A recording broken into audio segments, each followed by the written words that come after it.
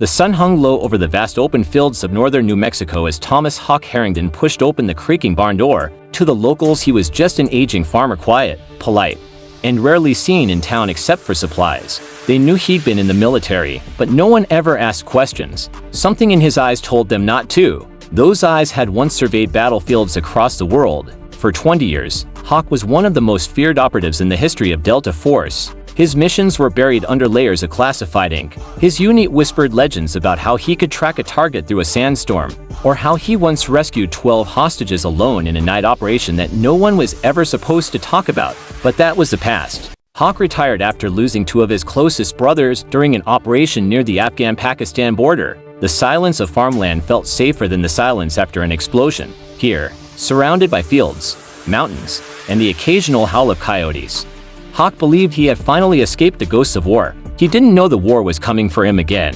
3 nights before the attack, Hawk noticed something unusual: tire marks near the edge of his property, deep enough to suggest multiple heavy vehicles. He spotted glints of glass hidden in bushes, broken pieces from surveillance drones often used by cartel scouts. A lesser man might have dismissed it, but Hawk's instincts had saved his life many times. He calmly checked the locks on his cabin, opened his gun safe, and ran his fingers across the weapons he hadn't touched in years. Not because he needed them, he just wanted to remind himself that he could still be the man the world once feared. At midnight, a lone pickup truck slowed near his front gate. The engine cut off. For a moment, the entire world seemed to hold its breath. Hawk quietly watched through the narrow gap in the window curtains as 2 men stepped out, tattoos, radios, heavy weapons. Cartel scouts. They scanned the house. One pointed. They laughed. They thought they were hunting prey. Hawk didn't move. He wanted to see how far they were willing to go. Suddenly, one man lifted a pair of bolt cutters toward the gate lock. That was all Hawk needed to confirm his suspicion a raid was coming.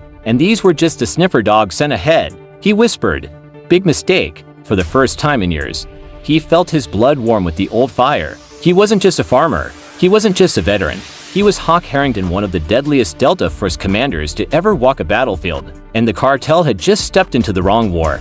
While Hawk prepared quietly on his farm, hundreds of miles away in the Mexican state of Sinaloa, a cartel warlord named El Torchito slammed his fist on a wooden table inside his compound. One of his supply routes, an essential corridor for moving high-value fentanyl shipments, had recently been disrupted. Someone had intercepted the route, seized a truck, and burned down a stash house. The cartel assumed it was a rival organization. In reality, it was a mistake. The U.S. Border Patrol had taken down the truck, and the stash house burned accidentally after an electrical short. But cartel paranoia needed someone to blame. A low-level scout suggested an American ex-soldier living in a remote property near the border. He claimed the soldier looked dangerous and might be connected with the government. None of this was true, but cartel warlords don't need evidence, only excuses. El Torchito growled, "If that man interferes with my business, then we will erase him, burn his land, take everything." Orders were sent to a strike team of 30 armed men. Their job was simple: invade the American veterans' property,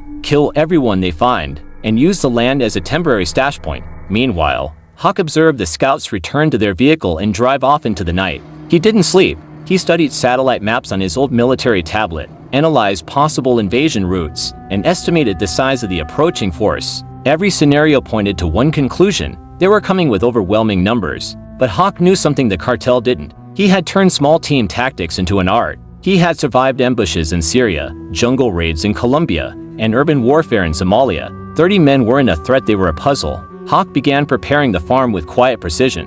He set up motion-triggered lights, improvised claymore-style noise traps using tools and chains, and positioned weapons at key vantage points. He marked escape routes and fallback positions. Still, he hoped that they would turn back. But at sunrise the next morning, he saw dust clouds rising on the far road. Vehicles, many of them. The war had arrived.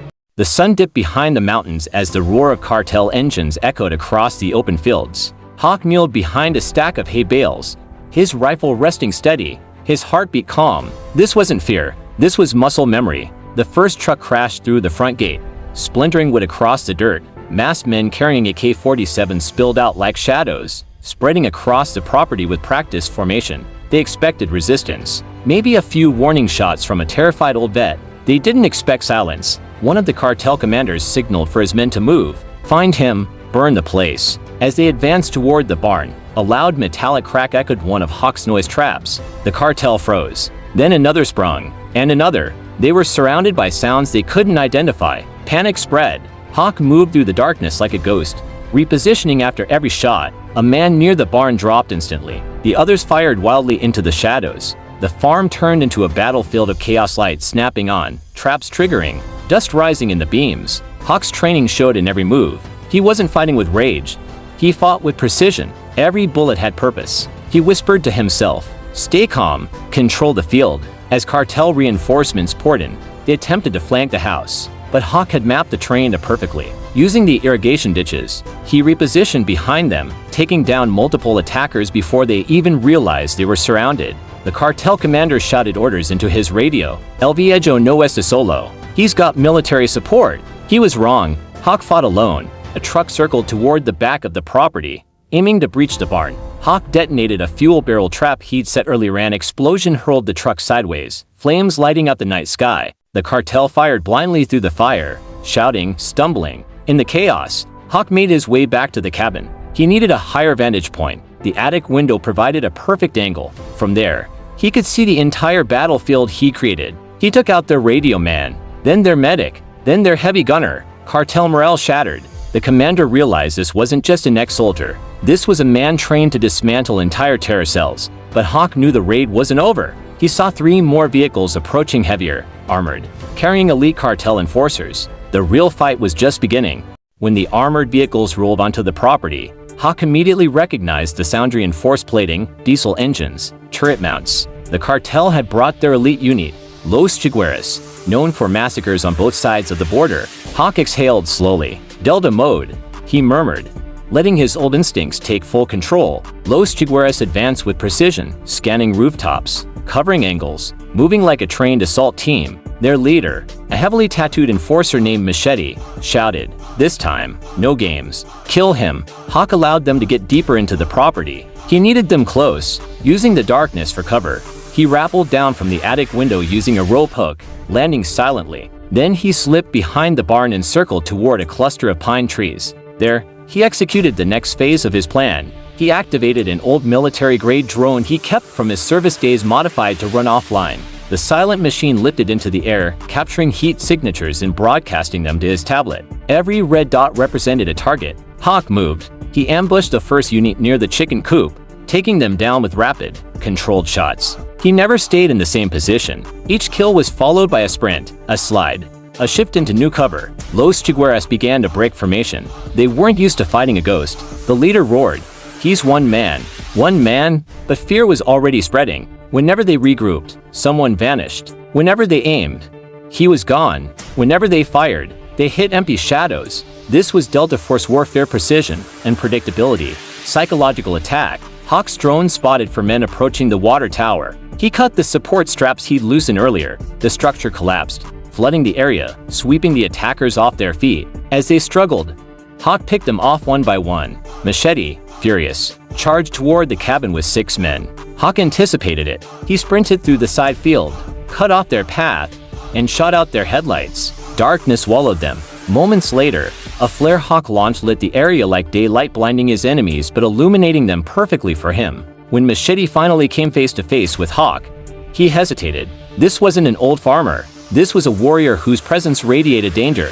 Hawk spoke calmly, "Leave my land. This is your last chance." But pride won over wisdom. Machete raised his weapon. A single shot ended it. The remaining cartel forces retreated in terror, shouting to fall back. Vehicles spun in the dirt, fleeing the battlefield. But Hawk wasn't finished. He needed to follow the trail. He needed to end the threat for good. As the last cartel truck disappeared into the darkness, the battlefield fell silent. Smoke drifted from broken vehicles, bullet casings glimmered in the dirt, and the crops swayed gently, oblivious to the war they had just witnessed. Hawk stood in the middle of his property, breathing steadily. He felt no pride, no thrill, only a somber heaviness. He had spent years trying to escape the violence of his past, yet it had followed him like a shadow. The sirens appeared on the horizon minutes later. County sheriffs, state troopers, and eventually federal agents. Dozens of bodies and destroyed vehicles on a lone veteran's farm was not something local law enforcement could handle quietly. Sheriff Collins, a longtime acquaintance who always suspected Hawk's deeper history, approached carefully. "Hawk, what happened here?" Hawk wiped dust from his hands. "Cartel attack. Wrong intel. Wrong farm." Collins stared at the destruction, shock and respect mixing in his expression.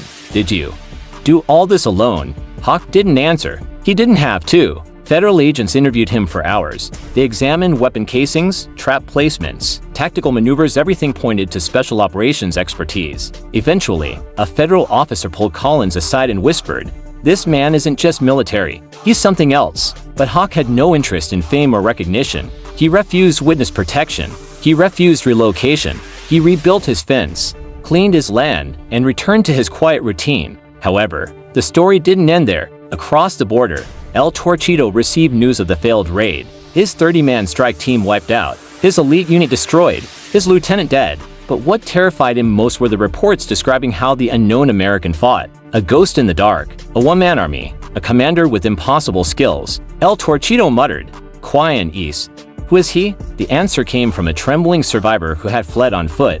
His name is Hawk Harrington. The Americans call him the Delta Phantom. The warlord paled. He knew the story's classified missions, impossible rescues, terrorist leaders disappearing without a trace. Hawk was a name whispered in fear even among hardened killers. El Torchito issued one final order: no one touches that land again. Back in New Mexico, life slowly returned to normal. Hawk harvested crops, repaired his barn roof, and sat on his porch during dusty sunsets. But the legend grew. Truckers spoke of a phantom that destroyed an entire cartel unit. Locals whispered that the quiet farmer wasn't just a veteran, he was a living myth. And the cartel, once merciless and unstoppable, marked a single zone on their map with red ink: "Do not enter." For Hawk Harrington, peace had returned for now. But deep inside, he knew one truth: a warrior never truly retires. He simply waits for the next battle.